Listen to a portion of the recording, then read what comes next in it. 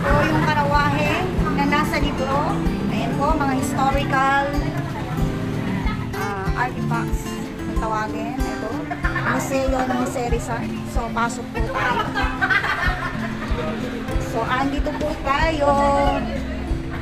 Pasyal-pasyal po sa Kalamba.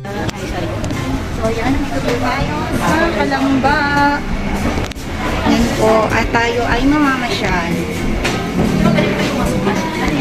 Dito po, yan po ang tahanan. Po tayo sa tahanan ng ating pambansang bayani, Dr. Jose Rizal. So, yan po. Papasyal ko po kayo. Sige po. So, ito yung mga history po nila, history album ng pamilya nila.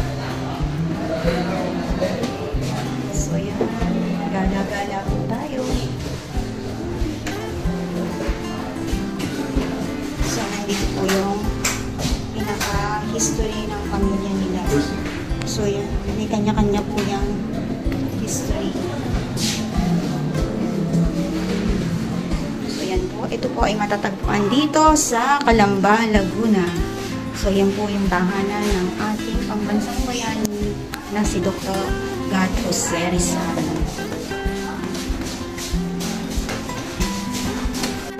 Oh, kalaking bilingan. Maraming malagkit ang magigiling din eh.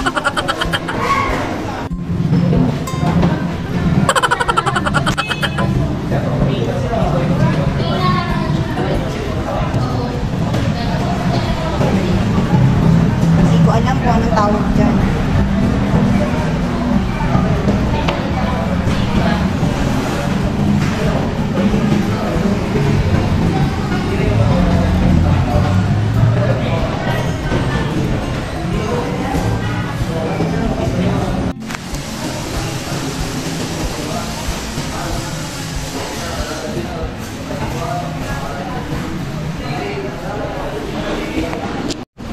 So, yan po ang hagdan ng bahay ni Rizal. So, yan po. Ni Dr. Jose Rizal. Tayo.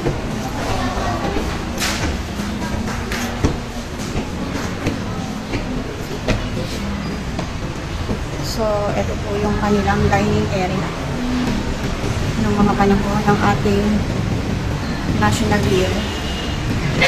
Ayan. Yan po yung mga kagamitan ng bahay ni Rizal, ni Dr. Jose Rizal dito sa kanyang bahay sa Calamba. So, yan po.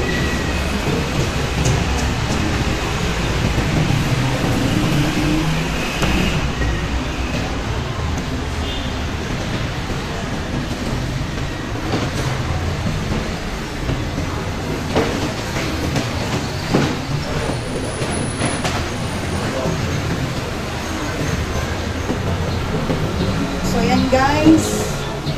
Pinapasyal ko kayo ngayon sa bahay ng ating pambansang bayani na si Dr. Jose Rizal.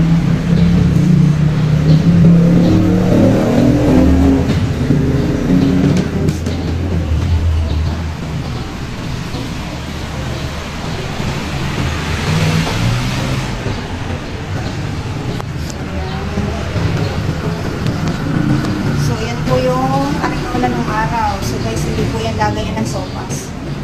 Ang ganda naman ng arenola nila ng araw.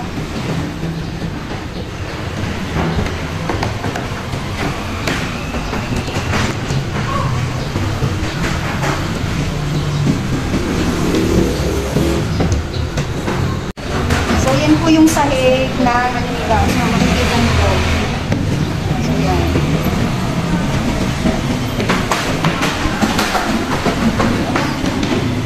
Yan guys, ang bahay ng ating national hero na si Dr. Jose Rizal.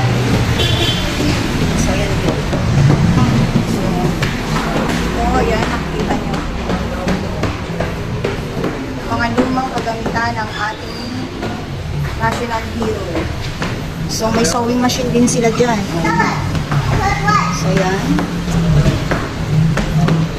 Ito po yung suka. So, doon po sa mga hindi alam kung ano yung suka. So, yan po yung sewing machine ng araw. Tignan nyo naman kung gaano kaganda. How nice naman. So, yan, sa mga hindi pa nakakarating dito sa bahay ni Dr. Cesar. Ayan, pinapasyal ko kayo. So, ayan. Ikutin po natin ang bahay po niya. So, ayan.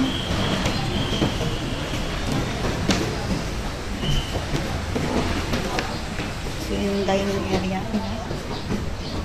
Parang may naabutan pa ako ng araw na ganito yung gano'n. Nilalagyan. So, ito yung pinaka pangbugaw nila ng ano. Yung parang kung sa atin ay ceiling fan. Kung tawagin. Yan ang ginagamit nila. So, dito naman. Ito yung kusina nila. So, ito yung mga lumang plancha. So, yan po ang plancha ng araw. Yan.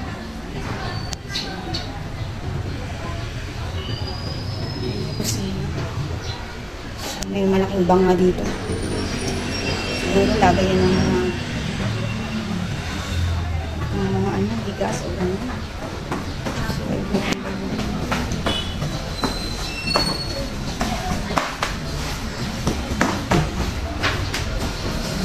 natitira pa yung ano nila, yung mga lumang plato nila.